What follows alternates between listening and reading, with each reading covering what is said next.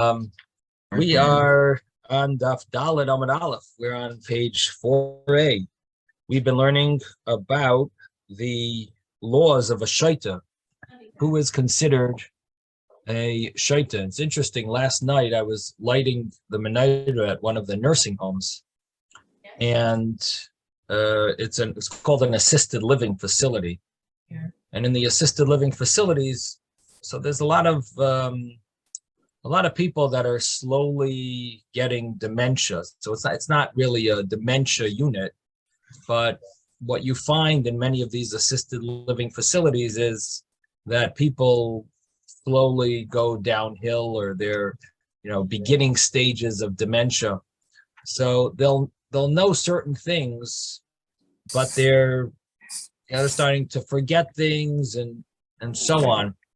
So it came up to me, this question: maybe I should not have that person light the menorah. Are they considered obligated in the mitzvah or not? So I did ask them, how many candles do we end up using on Hanukkah? Over Hanukkah, I said, I asked them all different types of questions and things to try to interact a little with all the people there. And some of them are very sharp and with it and so on. They just need some physical help. Others, slowly. Anyway, so I asked them, how many candles do we light on Hanukkah? So we started calculating. The first night, you need a shamish in the first candle, so that's 2 candles. The second night is 3, 2 plus 3 plus 4, so we started adding it up. And this guy, who I was thinking of having light the menorah, he was able to add it all. He added it all up. He was, he was doing good with mathematics. He was fine. But he was a little forgetful about about certain things. So I have to look it up in Shulchan Aruch, what the halacha is. It seems a little complicated. Where do we draw the line with such a person? Would they be obligated? Where do you draw the line when someone has beginning of dementia? Would they be eligible to light the menorah for everyone else? For themselves, fine. But if they want to be yotze for everyone else, it might be questionable. Depends on what stage. Yes, Mordechai. Yes, for those who don't know, I'm a PhD in statistics. And when I was in graduate school, one of the things that I learned from research that I read is that when people get dementia, they do not lose their mathematical ability. Oh, interesting. Yeah, and so I told the professor that was teaching the course, that's great. That's great. Even when I, if I God forbid, get dementia, I can still be a mathematician. I thought you were going to tell the professor that's why you still have your job. Mordechai, you know why it is that you don't forget mathematics? Why? Because the mathematics comes from the left brain. And dementia apparently is not coming from the left brain. It doesn't start on the left brain. Very interesting, Ben. Okay, Robert, yes. Again, my question would be, even if they're entering dementia or Alzheimer's, but they're still cognizant of lighting the candles and derive joy from it, is there an issue relative to denying people the joy of experience what they can of Hanukkah and the lighting ceremony? So for sure they should light. For sure we would light for them. But when it comes to reciting the bracha and having them fulfill the mitzvah for someone else, that could be problematic.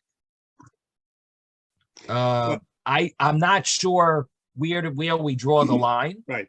But part of it is we, even those of us who have all of our cognitive factors, sometimes have to be led into reciting the brachot, and especially for Hanukkah, and so that's part of the experience then. Yeah. So it's an issue for me and for others. So if a person doesn't know the bracha, it's no big deal, Right. because they definitely can have it. They can have. You can mimic somebody who will say it, like happens a lot of times. They could repeat it. They could look it up online. Right. They could fulfill the mitzvah properly, even if they don't even say the bracha, but just lighting. Having in mind their household, that should be good enough. Even if they missed the bracha, the bracha, of course, is very important. But if a person missed the bracha, they would fulfill the lighting by just lighting, because that lighting is a fulfillment of the mitzvah that they're doing cognizant with cognizance. Right. But if someone who is not fully there, that could be considered not if they're not fully understanding that this is Hanukkah candles, or they're not realizing that they're fulfilling the mitzvah, it could be problematic.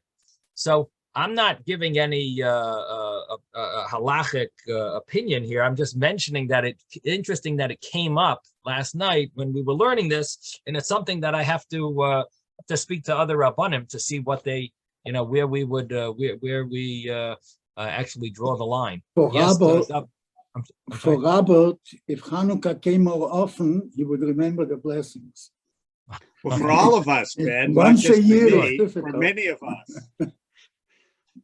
There is a trick that before Hanukkah you really spend time. You're grown up on it, right? Yeah. Right. You go back to the and then people sources. are like, "Wow, you remember? Wow, you remember."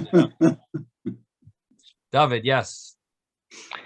Isn't there something in halacha that you ask the person 3 yes or no questions, and they can't all be yes or all be no? They got to be varied, and you ask them 3 questions to determine their mental ability. Like, for instance, you would say, this year is 2020 or 1920? And the guy said, so you determine how with it they are by asking them questions like, is it 1920? Yes, no. So, and they can't all be yes questions. They can't all be no questions. Isn't that in halacha? I'm not sure. It sounds to me like definitely something that they do in the medical field, because it's common for people, they want to know if the person can't speak. Let's say they have a trach, so they can't talk, but they could lift up. So lift up your foot if yes, and then they do something else. Now they probably use similar things. Yes, Yehuda. Yeah, when I was in Jackson long term, so they used to ask me what the date was. Now, even before, right now, I don't know what today's date is. I have to look at my computer to figure it out. But there was a big calendar on the wall. So I looked at the calendar and I told them the date. It's they like probably people saw who you looked in the calendar. Yeah. Right. When I go every once in a while, when I go to the doctor, there's a circle representing a clock, and they want me to draw 3 o'clock. Either that or 10 to 2 or whatever it is. From the long arm to the short one to make it 3 o'clock. Right. Well, some people, when they go to the eye doctor, they learn the on the wall. They learn exactly the letters there. They memorize it. Right. Memorize it. Yeah, but that's Anyway, that doesn't not help defeating. No. Defeating the purpose. I used to work in hospitals for many years and in psychiatry. So we would ask the patients, who's the president of the United States? And you maybe give them prompting. We wouldn't ask them the date, but you would ask them, do you know the month, like a season, a month, a year? And so you can get an idea of how, and do you know where you are? Are you in a hospital, or are you in a church, in a prison, So to get an idea and give them a few choices and just let them answer one question to see how with it they are. But I was almost sure that there was something in halacha that you asked the person. Anyway, could be. I'd have to look it up. That's how you figure out whether a person's oriented or not to reality. One of the places to look this up is in the laws of edus, testimony. They're kosher for testimony, and the Rambam talks about it there. And and the Shulchan Aruch also in the Choshen Mishpat, the laws of Eidos. So it does discuss it in these laws, but I'm not fluent in them, far from it. Yes, Mordechai. Yes, I'm also kind of reminded, incidentally, back in 1988, I was crossing the street in downtown Brooklyn, and I was hit by a car. And when they put me into the ambulance, the people in the ambulance, they asked me, who's the president, and I named the president at the time, and then I said, but there's going to be an election in November, and they said that, yeah, this guy is really loose. So anyway, that's not why I raised my hand. I also seem to recall a story, and I forget a lot of the details, but it had something to do with a young man. It may have been something about that he maybe was having some type of mental issues, but they want to see like if he was maybe competent enough to give a get, and so they asked him to make change, like to go do a purchase and like him to make change, and on the basis of that he was able to make change. They ruled him competent enough. Maybe it was to give a get or whatever. Right. So that's a good point. That it does mention in the Gemara, and I believe in Shulchan Aruch as well, about getting change, and it's based on a Gemara. About knowing the proper change, knowing how to make a transaction, and so on. So that would be interesting, especially because, as you say, mathematics is something that dementia doesn't have an effect on. But anyway, it would be interesting to look into this and see where we draw the line. Yes, Yehuda. Yeah, well, when you're saying about the being able to make change, so this was many years ago, but I went to Publix, and I was paying cash, and it was I don't know, like $54.03.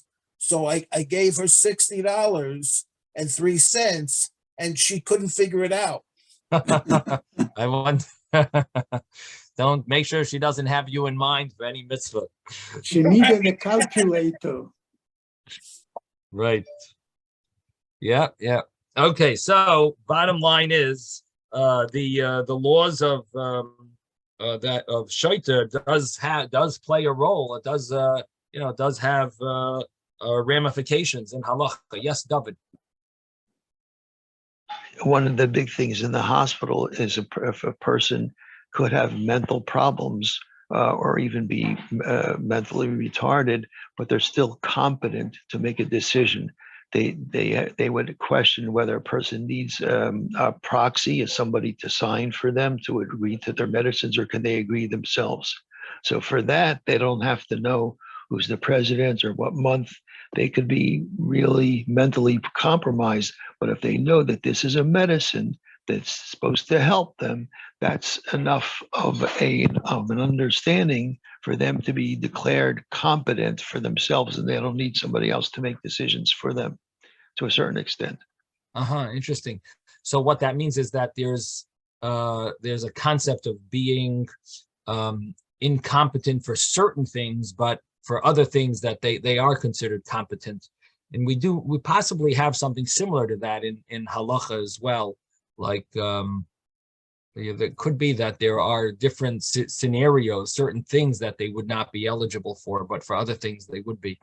So this is a big, I guess it's a big topic that has to be really deserves more looking into. I try to bring some halachic rulings. I'll try to look up online and see what we can find and try to bring it maybe in the next few days. Yes, Robert.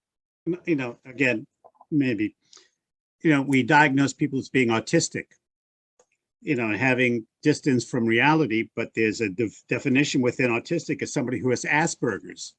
and they're very cognizant of everything, but they have a certain deficiency relative to interpersonal relations. So it's, it's on this continuum of, of who they are and their being and their consciousness of life and their ability to experience joy or pain or anything else. So you're right. There's a, it's a conundrum, as they Elon say Musk sometimes. is one of them. What is it? Elon Musk is one of them. Yeah, right. So, but they have this, he's autistic relative to what that, that ailment is, or genetic, disposition. That's so interesting. He's considered autistic. That's the fact. Interesting. Yeah. Okay. He's a genius otherwise. And very wealthy. I thought he was That's how you get artist. wealthy, by being a genius. I thought he Not was, necessarily. It says the wise Right, people right. can't even put bread on the table. The more sometimes smart people. Right. They don't have the skill, But the he has social that interaction Hellsberg- skills. Right. He has that Hellsberg condition. I thought he was artistic. Okay, so bottom line is we have the Gemara here that talks about the shaita and what constitutes a shaita, and we had these three signs of what a shaita is, and the Gemara said a brisa yotze yechide balayla, someone goes out alone at night. Another one was lon b'beis hakvaros, he sleeps in a cemetery. And the other one was makaria ksusai, he tears his garment. And the Gemara said that we have an argument between Rav Huna and Rabbi Yochanan. Do you need to do all three of them or just one of them? Now, I don't know if you remember, but the Gemara in Brachas, we did have cases where there was an argument, Rabbi Yochanan and Rav Huna, and we had a Taisus over there that mentioned that whenever there's an argument, Rabbi Yochanan and Rav Huna, so Rabbi Yochanan, the halacha follows Rabbi Yochanan against Rav. And Rav was Rav Huna's Rebbe. So if the halacha follows Rabbi Yochanan against Rav Huna's Rebbe, Taisus says, for sure, the halacha follows Rabbi Yochanan against the student, against Rav Huna. If Rabbi Yochanan wins against Rav, for sure he wins against Rav Huna, because Rav Huna is the student of Rav. So here also, so this is a machlekes Rav Huna, Rabbi Yochanan. It seems that the halacha would follow Rabbi Yochanan, that Rabbi Yochanan says you don't need all three of these, even one of them. And the understanding is that one of these, if a person does one of these things 3 times. Now, the Gemara then discusses all three of them. It's really discussing it in Rav Huna's Ashita, in Rav Huna's opinion. Did the guy do these, or the truth is it could be discussing the concept of it, even in Rabbi Yochanan's opinion. How did the person act in this with doing these crazy things? Did he look crazy or did he not look crazy? Was he doing them in a derech shtus, in a mode of insanity, or was he doing them in a mode of just he was doing it, but he looked like he was totally there? And so the Gemara answers that he did it derech shtus. He did it in a way that looked insane, but nevertheless, there are possible understandings of why he did it. And because there's an excuse of why he did these, therefore, we would give him the benefit of the doubt. And this would basically explain in Rav Huna why if a person does one of these things, we're going to be able to give him the benefit of the doubt and just say maybe he had this issue or that issue. But if he does all three, then we say the guy must be crazy. And we did also mention that if a person is definitely crazy, he doesn't have to do these things. These are things that you have someone who looks regular, who does these things. This will be a sign that he's considered shaita, considered insane or deranged, even though maybe he doesn't look like a typical mentally retarded person. But in this scenario, because of these things, because of these situations, these actions of his, we will give him that, we will put him in that category. Now, so the Gemara then says that when a person does these three things, we consider him what we call a muad. And a muad is really a law that applies to we generally use that term when we talk about an animal goring, because in the Torah it talks about two types of animals that gore.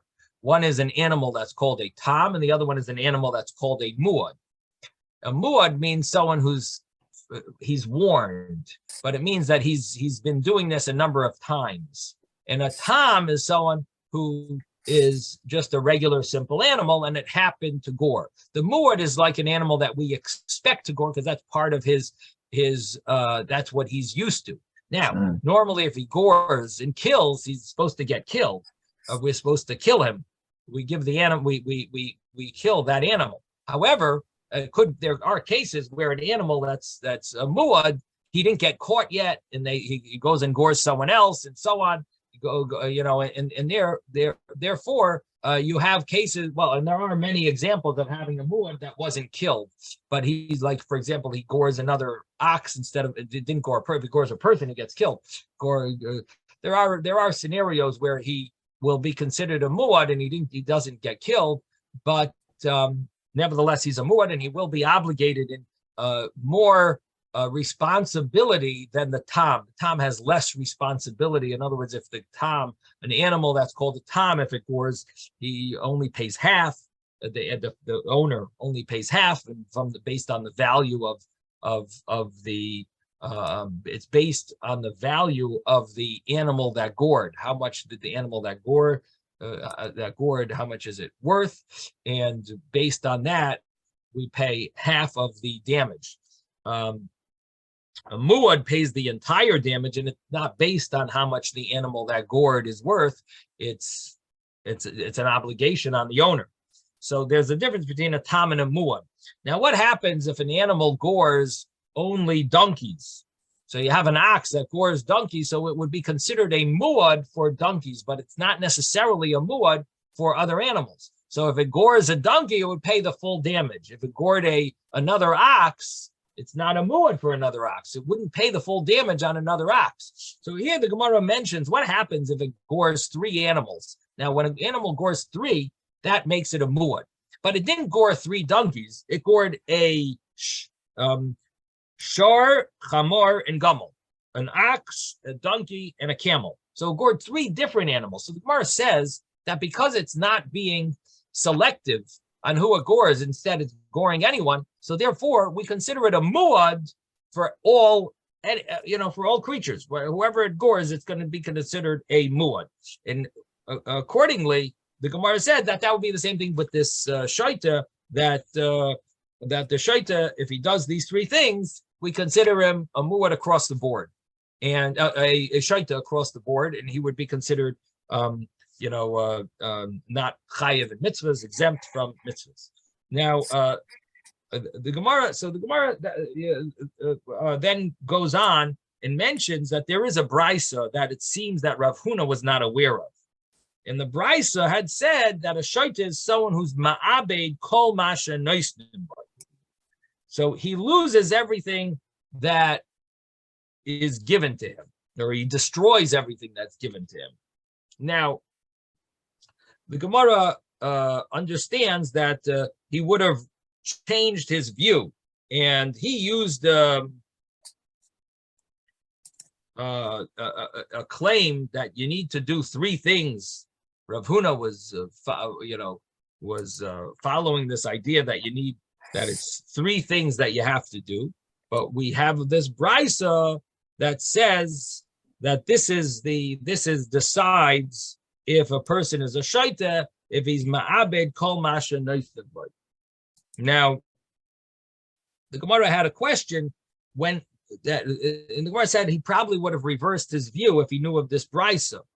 But the question is, what would he have reversed? Would he have backed out? And it's a little unclear, but it's the wording here. So you have to like concentrate. Ki have a hadarbe, is it mimikra ksusai hu da have a hadarbe?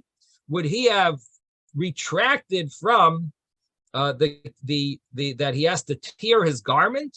And in other words, and instead he would have said he destroys anything of his? Or would he have retracted from all those three cases and would have just said this final case? In other words, he would have backed out of the other two cases as well. And since they were, they were all together, so maybe he would have retracted all of them. So Rav Papa is convinced that Rav Huna would have backed out of what he said, but the question is, what would he have backed out of? Would he have only backed out of the tearing his garment statement, or would he have backed out of all of them? And he would have just said that this is what the deciding factor is. And the Gemara ends off with Teku. So that's that little piece of Gemara. And then the Gemara jumps to the Tumtum and Androgynous law. And Tumtum and Androgynous is a case of a person that's he was born unfortunately with some type of a physical a physical blemish, and he either has some type of skin covering over that it's unclear if he's a male or a female. That's a tumtum. And an androgynous is he has the organ of a male, but he also has the female organs as well. So he has both organs. And the Gemara discusses the obligation of such a person. Very often we give them the chumrah. We say that you have to, we're machmir for both of them. And in fact, there's a last chapter of Bikurim in the Mishnayos. It talks about the different laws of tumtum and androgynous, and when we give them all the chumras, all the stringencies, because he might be a male, but then he might be a female as well. So there's certain laws that apply to a male. Would they apply to him? Certain laws that apply to a female. For example, the laws of a male is if a male is not allowed to shave. You're not allowed to use a razor for sure. A person's not allowed to use a razor on their beard. There's no question about that. There's discussion about the electric or scissors, but a razor is 100% prohibited. But for a woman, it's not. Woman would be allowed to use a razor. So what about an androgynous or a tumtum? Would they be allowed to shave with a razor? So it would seem that they should be machmer because they might be a male. But then there's laws of a female. Would they have to go to mikvah if they menstruate, and so on? So, would they have the laws of a female? So these laws, so generally we would give them like chumras. But then the question would be, what about laws like re'iyah? Re'iyah, male and female, are obligated. And interestingly enough, our Gemara says, re'iyah, the men are obligated. Women are obligated in the simcha, but they're exempt from the obligation of re'iyah. They are exempt from. So the point is that what would we obligate the tumtum and the androgynous or not? So the Gemara has a pasuk that would exempt a letter that would exempt the tumtum and androgynous. So this is these are the laws these are laws of tumtum and androgynous that we sometimes give them the chumras, and sometimes we consider it that they're exempt. They don't fall into that category. So the Gemara is going to discuss that. Yes, someone had a question. Yeah, I had the question. I thought that a tumtum was one who shows no genitalia at all. It doesn't have to have a covering. It just shows no genitalia.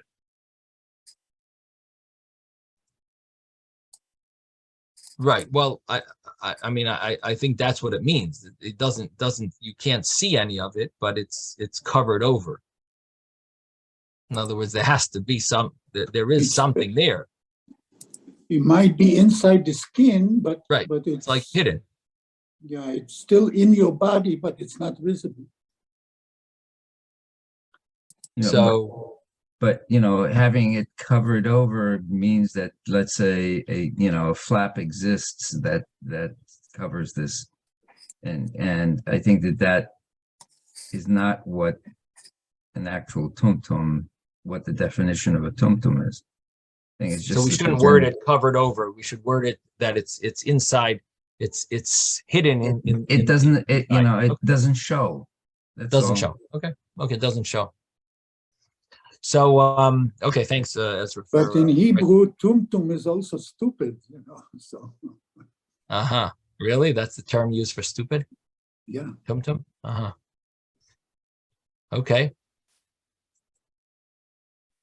So the Gemara mentions that we learn from the word zachor excludes women from the obligation of going to be oila regel, and that excludes women.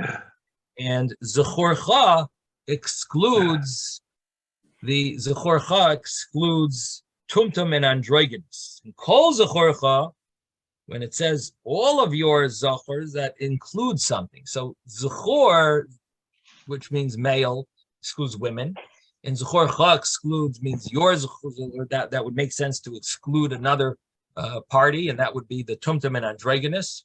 They have to be only definite males are obligated in being and going to the Beis Hamikdash, bringing this korban re'iyah, and the word kol is inclusive, so that's going to add someone to this obligation. Again, the verse is Yeira'eh kol zechorcha. All your males should come and be seen. Now, so all is inclusive, so it's going to include the minors, which of course the Mishnah talked about, which minors are obligated and which minors are exempt. Now, the Gemara now asks, and it says Zachor excludes women, but women are anyway exempt because women are exempt from all mitzvahs that the Zman Shazman Grama, that the time that are dependent on time. And we've the general understanding of that is based on the fact that women are expected to, someone has to take care of the family obligations, and generally that responsibility is placed on the woman who knows how to balance everything, and therefore they are exempt from all mitzvahs, or from all positive mitzvahs that are dependent on time. So they would seemingly be exempt from going to the Beis Hamikdash, to the Azara, and bringing this korban, because this is a positive commandment. So the Gemara answers that we would think that they would be really obligated. Really? You would think they would be obligated? I thought it's a positive commandment that it's dependent on time. Gemara says, no. I would think even so, they would be obligated because Hakel is a mitzvah that women have to come to. And if they have to come to Hakel, and we have a teaching that teaches us from Hakel to Re'iyah, so I would say, they have to be Yola Regel as well. They have to go to Hakel, they have to go to Re'iyah. And if they have to go to both, then if you have a Gzeira Shava, we learn that they would have to go to Re'iyah as well. They have to go to Hakel, they have to go to Re'iyah. So we learn the laws of one apply to the other. So even though it's a mitzvah saseh shazman grum, even though it's a mitzvah saseh that's dependent on time, I would think that they should be obligated. And on this, you need a pasuk to exempt them. So you need the pasuk zechorcha to exempt the women. Now, the Gemara then says that zechorcha excludes a tumtum and androgynous. Actually, we're going to start there. So we're going to start with Amar Mar.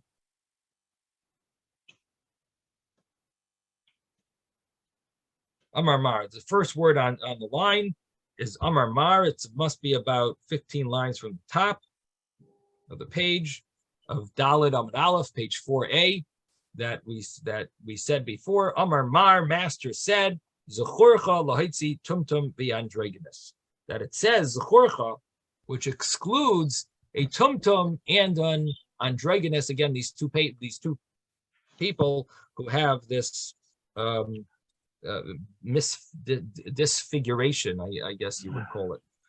They were they have this blemish. So salka daitach amina. So the Gemara says, bishlema androgynous itztrich. I understand it's good. It's good that it mentions that androgynous is exempt because salka daitach amina. I would have thought to say,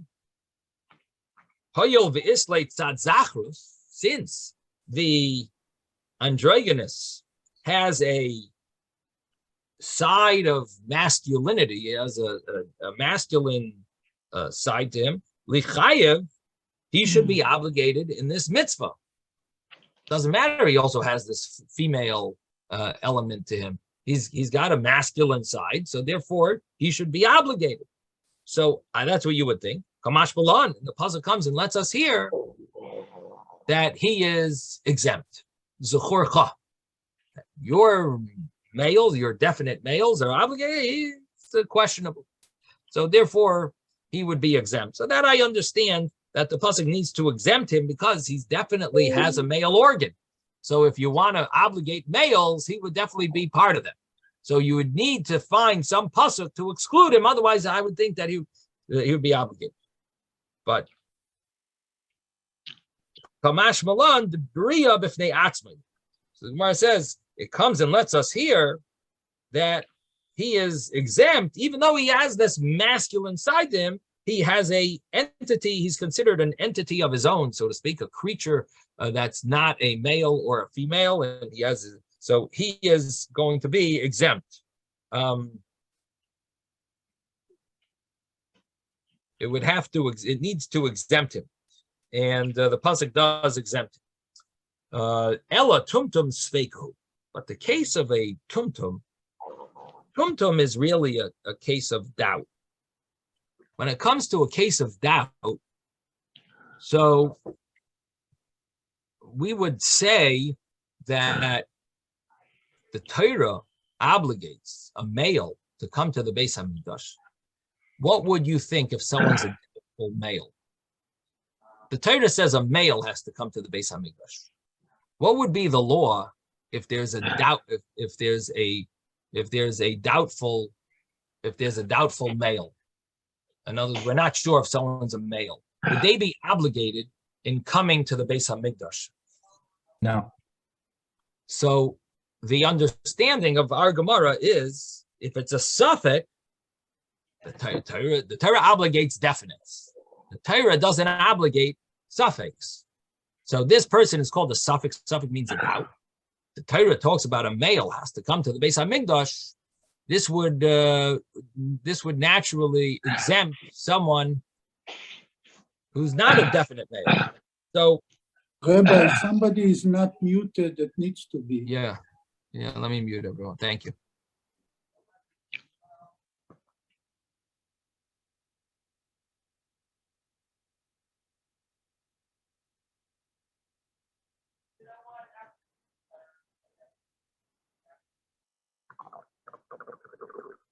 Now it appears Rabbi's frozen. Yes, I see.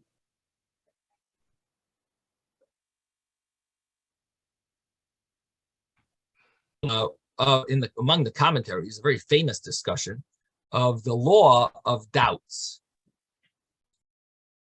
That the law of when the Torah says something, it generally. Rabbi, the person is not muted. I'm sorry. Yeah, I don't know why. All of a sudden, somebody people crechting all the time. Yeah. All of a sudden, everyone unmuted themselves. I don't know how that happened. So when the Torah talks about laws, it generally talks about people who are definites. Definite cases the Torah talks about. Anything that's a doubt, the one way of looking at it is that you're exempt. If it's not a definite, you're exempt. So for example, I'll give you an example. What would be the law of mixing of milk and meat? You have something that's milk and meat. You're not sure if it's milk and meat together. It looks like it might be there, maybe some milk spilled in, and you're not sure. Maybe this is real cheese with the burger, or maybe this is some type of fake soy cheese. You don't know. So you're not sure. So the Torah says you can't eat milk and meat, but this is questionable milk and meat. So one way of looking at it is, one opinion among the Rishonim is that the Torah doesn't talk about cases of doubt. The Torah talks about definite milk and meat you're not allowed to eat. This you're not sure because it might be soy. I mean, it's possible that it's soy. It doesn't look exactly like it's not definitely dairy. It could be it's soy, and therefore you would be allowed to eat that according to the Torah law. Now the rabbis prohibited safek d'oraisa l'chumra, a question, a biblical question. We have to be machmir. That's a rabbinic law, but the Torah itself, before the rabbis came around, you would be allowed to eat a cheeseburger that you're not sure if it was made with soy or it was made with cheese. You would be allowed to eat it. It's accepted.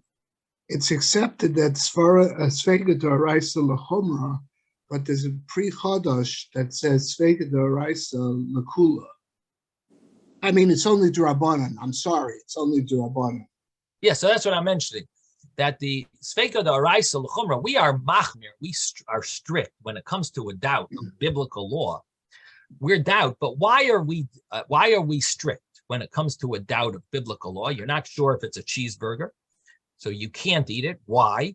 Not because according to the Torah you can't have it. It's according to the rabbis. The rabbis added a decree onto the Torah that we have to be machmir, we have to be strict whenever there's a doubt of biblical law. So according to that, if you think about things that way, what would be the case? What would be the law when it comes to going to the Beis Hamikdash regarding a tumtum? A tumtum, we're not sure if he's a male or a female. So what would the law be for a tumtum to go to the Beis Hamikdash? Based on that logic, that the Torah only obligates you and only rules in cases of definite. The Torah doesn't talk about doubt cases. The Torah talks about definite cases. You have definite milk and meat, you can't eat it. You're definitely a mamzer, I can't marry you. You're definitely someone who, you're definitely something that's a non-kosher animal, I definitely can't eat you. It's definitely wool and linen, I can't wear your garment because you're a mixture of wool and linen. Case of doubt, I'm not sure if it's wool and linen, no problem. Biblically, I would be allowed to have it. It might be a cheeseburger that's not might be kosher. Might happen to be soy cheese, or even the meat might be soy. I don't know. Might be no problem. Biblically, you might be a mamzer. Okay, should be okay, right? It should be biblically. I'm allowed to marry you. I don't know that you're a problem. So this would be the same law would be applied to a tumtum. What should the law be? You might be a male, but you might be a female. Female is exempt from going to the Beis Hamikdash. Male would be obligated. Tumtum is this guy he has this deformity that his sexual organ his private organ is not revealed. It's somewhere inside, hidden, and therefore it's impossible for us to know if he's male or female at this point. And we would tell him, you don't have to go to the Beis Hamikdash. Why? Because he's not a definite male. Males have to go to the Beis Hamikdash. Are you a definite male? No. So the Gemara here says, tumtum is a sveikahu. Tumtum is a suffix. Do you need a verse to exempt him? He's exempt. Biblically, he's exempt. Now, you might tell me the rabbis exempted him. That might be. But that's not a verse. If there's a verse in the Torah, we should not need a verse to exempt him. What do we need a verse to exempt such a person? So this Gemara fits very well. This Gemara asked this question. It fits very well according to this view that biblically anything that's a suffix, that's doubtful, you don't need a verse to exempt because the Torah itself is exempting you because that's the rules. The Torah only talks about definites. It doesn't talk about doubtful cases. Yes, Robert. But isn't there a rule somewhere that if you, even though you're stringent in trying to interpret it, if you unwillingly break a law, you're not guilty of it. If you've tried to, and you know from what you know that it is kosher, but it's not. Isn't there some dispensation for someone who does not bear the guilt of violating the law? So what Robert is talking about is a case of that there are cases of where you're called a shoygeg. You do a sin by mistake. So, for example, you go home and there's a piece of meat in the refrigerator, and you say, "Let me eat it," and it just turns out that your cleaning lady had put it there because she came to you right after she bought this meat that was a delicious steak. She just bought it from the restaurant that she passed by on her way to your house to clean your house, and she stuck it in the refrigerator, and you thought that it's your spouse that cooked it, and you came home and you ate it. So you're a shoygeg. Now you're a shoygeg. That is a shoygeg because you generally have kosher meat in your house, but here, mistake happened. Now you ate this non-kosher meat. Did you do a sin? So according to Jewish law, that's considered a sin. A shoygeg is considered a sin. You do need atonement for that. Why? You definitely didn't mean to sin, but the reason why you would need atonement is because the fact that your animalistic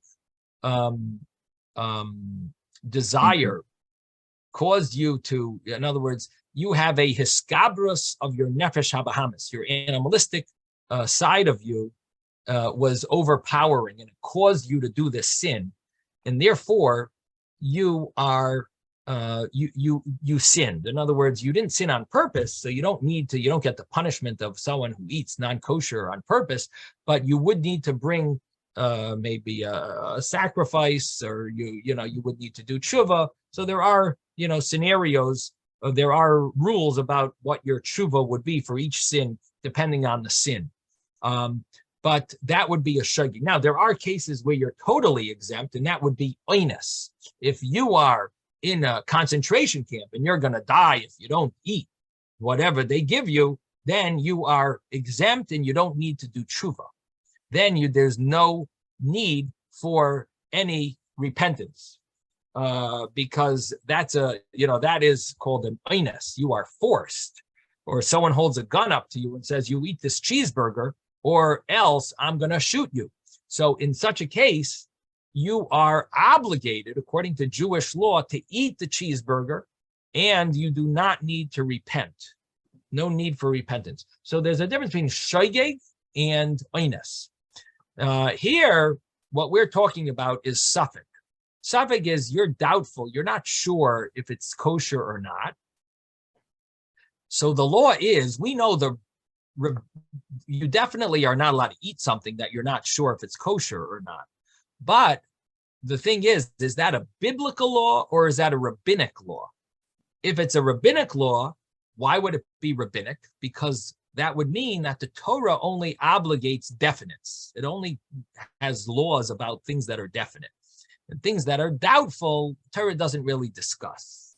And the rabbis came around, said we need to make a fence around the Torah and add certain rules so that you don't end up transgressing laws.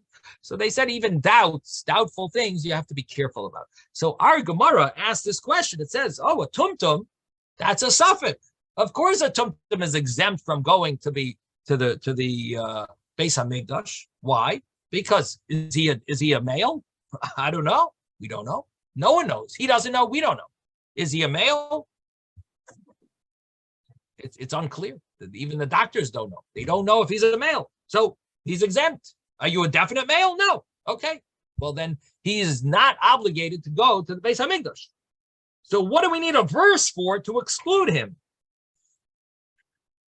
So that is the Gemara's question.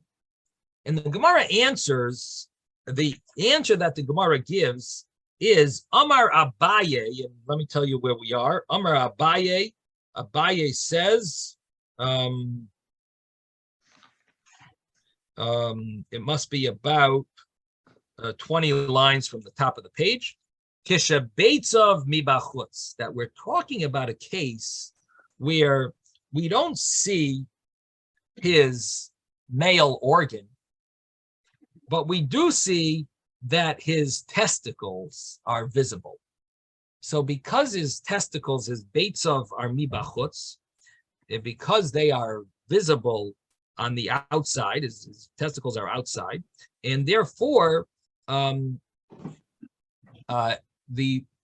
you would think that this is considered a male, because we do see his testicles.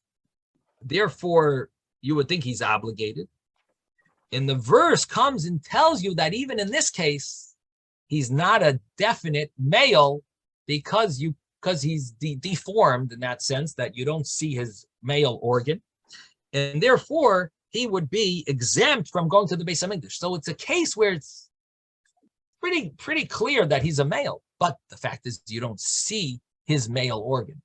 So it ends up that he is exempt, even though logically, even though there's room to say that he's not a suffix, he's not a doubtful case of male or female. Why is he not doubtful? Because we do see that he has his testicles are on the outside, and that would be a sign of a male, but we don't see his male organ. So in that case, the pasuk comes and exempts him. What would happen in a case of a real tumtum, that you don't see any of his male organs out on the outside? They're all hidden, or we don't know if he's a male or a female. He's a tumtum, and in that case, we would say that he's exempt as well. He would definitely be exempt because we don't know if he's a male or a female, and the Torah only obligates a male. Now, we would have to find out if the rabbis obligate him, but he would definitely be exempt from the biblical law. You wouldn't find a verse to exempt him because we don't need a verse to exempt him. He's exempt from the biblical law. However, the case that we're exempting a tumtum is not the typical tumtum. We're exempting a tumtum where he really seemingly is a male, but at the same time, we can't call him a full-fledged male because his male organ is not visible, and therefore we are going to consider him exempt based on this verse that says only a definite male is your male is obligated. It sounds like it's emphasizing that it has to be like clearly a male, and this person is not. It's not revealed enough to make him a definite male, and he's gonna be exempt. So that's the meaning of the teaching that a tumtum and androgynous is exempt.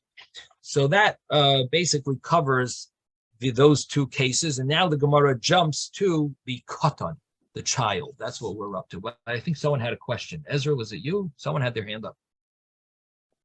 Anyone? No? Okay, guess no questions. So the Gemara now jumps to the katan. Oh, but I meant to conclude with one point, and that was that what I mentioned earlier is one view. There is another view that biblically we are obligated to be stringent whenever we're in doubt. And so there is a law, suffix dioraisa l'chumra. Whenever we're in doubt about a biblical law, we have to be machmir. So I mentioned to you a view that fits very well with our Gemara. I mentioned to you the view that law that you have to be strict when it comes to biblical cases, when you're in doubt, you have to be strict. That is a rabbinic innovation. It's a rabbinic addition to guarding the Torah. It's the rabbi's addition that you have to be strict when it comes to a biblical doubt, a doubt about biblical law. And that view fits very well with our Gemara. There is another view. The other view is that when there is a doubt about a biblical law, you have to be strict, not rabbinically, biblically. According to the Torah itself, you're obligated to be strict. The Torah says that you can't mix milk and meat, and you can't eat a mixture of milk and meat. That mixture, if you're not sure, you have to be strict because the Torah doesn't allow it. Because the Torah, within the laws of the Torah, is any case of doubt, you also have to be strict. And that's a biblical law. Now, if that's a biblical law, that you have to be strict whenever there's a case of doubt, so how do you learn our Gemara? That's the problem. Our Gemara says that in the case of a tumtum, it's a suffix. Tumtum sveikahu. Do you need a verse to exempt him? To exempt a suffix? And what would you answer? According to this view, yes, you do need a verse to exempt him. Because it's a suffix, it's a doubt about a biblical law, about going to the Beis HaMikdash for the holidays, going to the Azara, to the courtyard of the Beis HaMikdash for the holidays. I do need a verse to exempt me. Why? Because I'm a case of suffix. Maybe you could say a difference. I'm just thinking, I don't know if the one you were quoting was the Rashal. Was one review, was that the one you were quoting? There's a Rambam and a Ramban that are famous, or the Rashba, the Rambam and the Rashba that are famous for these. Anyway, maybe you could say that's with Issa V'Heter you have to be machmer, but by Tumtum it's not really Issa V'Heter, it's is he or isn't he? So that you need a pasuk for.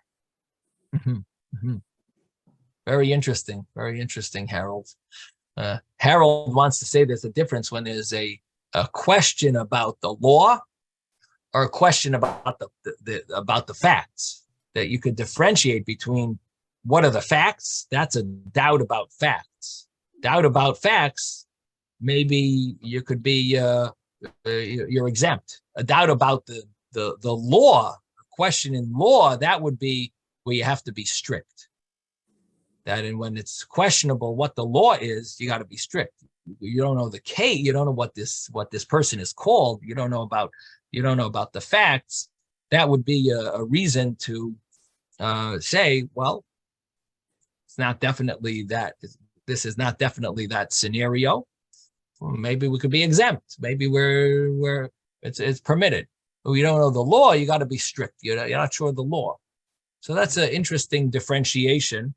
I guess it deserves some thought because, the fact is it is also a doubt, sure. But, so it sounds like it definitely there is such a difference, but does that make a difference in this law? It's true. You did come up with a way of differentiating maybe between cases, but we would have to see the other cases of where they discuss this and figure out how that view learns this Gemara, because this Gemara flows very well the view that suffix d'oraisa l'chumra is rabbinic, but it does not seem to fit well with the view that suffix d'oraisa l'chumra, that you have to be strict on biblical laws, that's a biblical law itself. That doesn't seem to flow well with this Gemara. But Rabbi, why would it not? I mean, I'll tell you why. I'm going to tell you the Gemara. But but I'm looking at it this way. Lechumra basically means, okay, there's a suffix, so therefore he has to go. And the only way you can exempt him is if a pasuk exists somewhere that basically says you can't go. But the Gemara uses a term that says, what do you need that verse for? He's a suffix. He doesn't need a verse. He's automatically exempted. And the argument would be, is he really exempted? Suffix d'oraisa l'chumra. He's automatically obligated. You surely need a verse, right? So how do you read that? How do you read those words? Mi itzrich kra l'ma'ute sveika. do we need a verse to exempt a suffix? You do. The answer would be yes, I surely do need a verse to exempt a suffix.